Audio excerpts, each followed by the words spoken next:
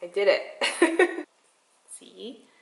Look at this amazing mature monstera deliciosa that we found. I am just here at home. It's the weekend. I started out this morning by freaking out because I thought I was late to work, but it's a Saturday. It's one of those days. I am currently making some of that whipped coffee. I have posted it once on my Instagram. Like the very first time that I did it, I used my large KitchenAid, and I have that really giant one, and I am the only one who drinks coffee in this house, so I was making a really small amount. It was not working out. If I had like a smaller KitchenAid, I think it would have worked out better. I gave it another chance since I did buy this instant coffee from Trader Joe's, and it's like I need to use it up, otherwise it's just gonna sit there. A little bit of a coffee snob, so my favorite is Cafe du Monde. It is the best. I use a French drip and make super concentrated coffee, and I just love the taste of this one. So when it comes to instant coffee, even if it's a whipped recipe, it's kind of like still tastes like instant coffee. Tastes better than like if you were to mix instant coffee with water, but it still has that instant coffee taste, like that bitter taste to it. I am trying to use it up, so I actually ended up making it again. This right here, it's like equal parts of this sugar and hot water, so like 2 tablespoons of each. I actually substitute some of the sugar for some stevia. Look what I'm working with. This is my whisk that I had to super glue back because I broke it. Considering I have a broken whisk, this is not too bad, huh? I did it. So I am just gonna use my mason jar and get some ice. Get some ice. This is the best almond milk ever. I've tried so many different types of almond milk, and this is the one from Trader Joe's. It's vanilla and sweetened. Just gonna pour some in here. It's instant coffee, all right, but the almond milk. So if you put like a ton of almond milk in, it makes it taste so much better. What are some other fun ways to use up instant coffee? I've always been someone who baked a lot ever since moving into this house. Staying at home on the weekends, I have been baking a ton. So I know I can put it into baked brownie recipes, and I found a freaking amazing vegan brownie recipe. My husband was obsessed. I made a really small amount using the toaster oven, and my husband and I finished it in like 2 days. Here it is. It's a really cute recipe. I can see why it went viral. I'm not a hater, it's just, I mean, it's a lot of effort for some coffee. And I say that while like going through the most effort with a broken whisk. So with the plant that I showed, my unboxing fail, which was totally my fault because I need to learn how to read properly, especially before I buy something. But I have it here on my windowsill. It's not my cutest setup, but hello! Look at my little new plants chilling with each other. So here's the variegated string of pearls. I just took one of my empty 4-inch pots and I tossed it in there. I plan to repot this, and I haven't had the time because I always unbox on a freaking work day. I haven't watered it to make it easier to repot, but I think I might end up putting it into a 6-inch pot, but we'll see. My little Dashidia Million Hearts is very cute. Cheers. I started some plant care this morning. I was grilling himself so loudly. So speaking of the vegan brownie recipe that I made recently that I said was really, really good, it makes a total of 8 brownies if you use a regular cupcake tin, but I am gonna use my toaster oven because I don't want to turn on my bake oven. So there's only 6 here, as you can clearly see. I saved the rest of it in like a mason jar, and then when we finish up this, what I did is I just microwaved it, the remaining for like 40 seconds in the microwave, and it makes an amazing mug cake. So that's what I'm gonna do again. I will link this recipe down below. Instead of using butter, I used coconut oil. I am gonna start off the recipe by making my flax egg. This is Bob's Red Mill flaxseed meal. So 2 tablespoons of the flaxseed meal and then 5 tablespoons of water, and then you just let it sit there. So you start off with this because it needs the time to absorb the water. So I got the mixture. It's just water and the flaxseed meal. So I'm just gonna let that sit while I prepare the rest of it.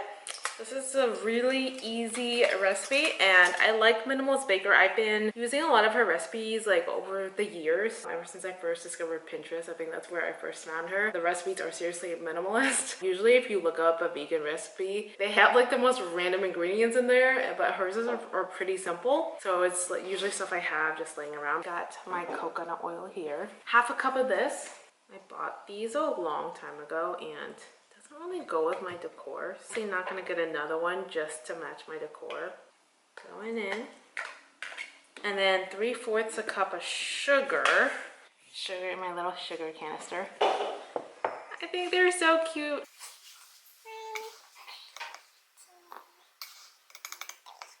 That's already all mixed up like that. So that flax egg that I made earlier, just gonna dump that in. Mix that up. 1 teaspoon of vanilla extract. I got this from Trader Joe's. It's a pure bourbon vanilla extract. What you doing, baby?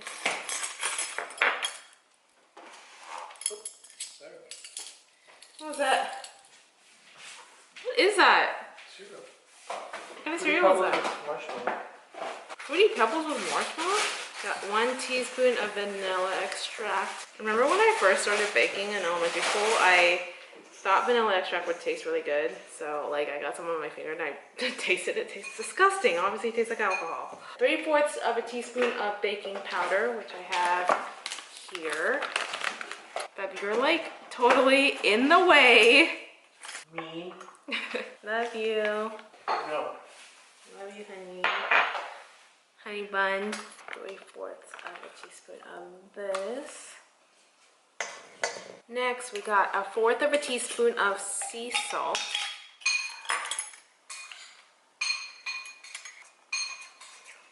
Half of a cup of some cocoa powder, which I used earlier for the coconut oil, so I'm just gonna use 1/4 of a cup twice. And I am now running low on cocoa powder. We're almost done here. I'm gonna have some delicious vegan brownies. I'm gonna toss in the flour at the end so it's not over mixed. Got that, and then it's gonna be 3/4 a cup of all-purpose flour.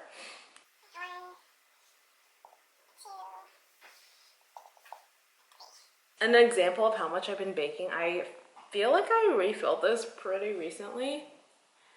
Mix that in, and then I'm gonna throw in the mix-in. For me, it's just gonna be some chocolate chips because you can't make a brownie too chocolatey. I like having the extra gooey chocolate throughout. Like my mouth is watering. So that's combined now. Now I'm just gonna add the chocolate chips. So if you care about non-dairy things, the Trader Joe's semi-sweet chocolate chips are actually non-dairy if you buy the actual chocolate chip shape. If you get the one that's like the chocolate chunks, it's sold like right next to it, those actually have dairy in it. So if you care, toss them in here until I think it's a good amount. I've made some other brownies that are just regular brownies. It has dairy and regular ingredients in it, and I feel like this one tastes better. That's good. Not that it looks very different, other than the fact that there's some chocolate chips in there now. Now I'm gonna get my little pan ready. I love this little thing, it's so cute. I've had these cupcake liners for like, I'm not kidding you, years. When we moved from the East Coast, I actually took these with me because my mom doesn't bake. I was the baker in the house, so it wasn't gonna get used, so I just took them. I'm just trying to use them up now. I feel like once I run out of these cupcake liners, which I think I have some more. My mom used to get me a lot of my baking ingredients when I was younger, and I still have them. So when I run out, I'm gonna get like the silicone liners. So we got the 6 in here, and then I'm gonna evenly distribute the batter. Oh my God, overfilled. I'm filling to like 3/4, and then I'm gonna bake this at 350 in my little toaster oven for like 20 minutes. I got that. See? Now I am going to add the walnuts. I have a giant bag from Costco. Crush a couple, shove them in there. Really makes it feel fancier. Oh my gosh, I just dropped some. See? Cute. This little thing is gonna go in here. So for the remaining batter, I'm just gonna stick it in here, this little mason jar, and then when we run out of the 6 little brownie cupcake things, I will just heat this up as a mug cake. In the microwave for like 40 seconds and it makes a gooey, chocolatey mug cake that's perfect. See? Just gonna store it like this in the fridge.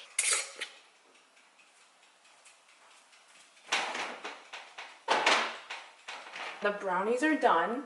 Okay, that one's bigger than the rest of them. So gooey. Need to make this recipe. Perfection. It's a couple days later after I started this video. I have something really exciting to show you guys. So my husband and I needed to go to Home Depot for something actually essential. But then obviously since I'm already there, I had to stop by the plant section, right? Look at this amazing mature monstera deliciosa that we found. So it's almost as tall as I am, which is not saying very much. It's gorgeous. Okay, wait, let me turn the camera around. So I have a monstera deliciosa upstairs, but I have always wanted a really mature one. And look at this beauty. Hand comparison and the leaf, oh my goodness. And then you can see, I love that you can see the ruffles in the back. And if you didn't know, that's how you can tell if something is a true monstera deliciosa, is if it has this ruffle. And if it's not as mature, you might not see the ruffles until like way later down the road. Oh my goodness. It's so pretty, and my husband is gonna help to repot it later. I am gonna repot into this large terracotta pot, and yes, I'm gonna repot it in soil because it's huge. I am so in love with this. It's like basically as tall as me having a little tree. I am actually gonna move this upstairs, I think, and put it where my current monstera deliciosa is, and then move that one downstairs. And I would find this right after I post my updated houseplant tour, which if you haven't checked that out already, it's my last video. Yeah, so I might do some rearranging upstairs. Yesterday, I ended up repotting a couple plants too. So here is the variegated string of pearls I showed in the last video. I ended up repotting it into like a 5-inch terracotta pot, I believe.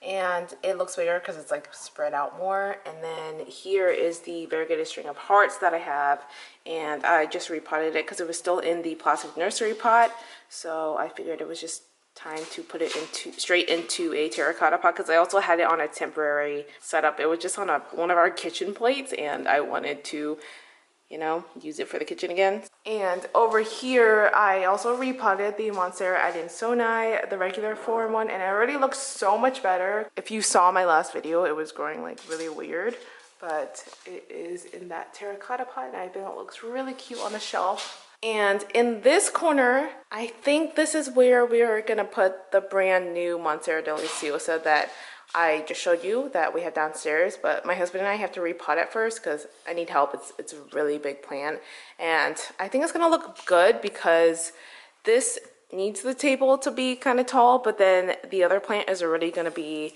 up here, I think, without any table at all. So I do want to keep the table still here. Maybe I'll have the plant in the back and then have the table in front because it's useful for the couch, and then it also matches my coffee table over here. That's it. Thanks for watching. Bye.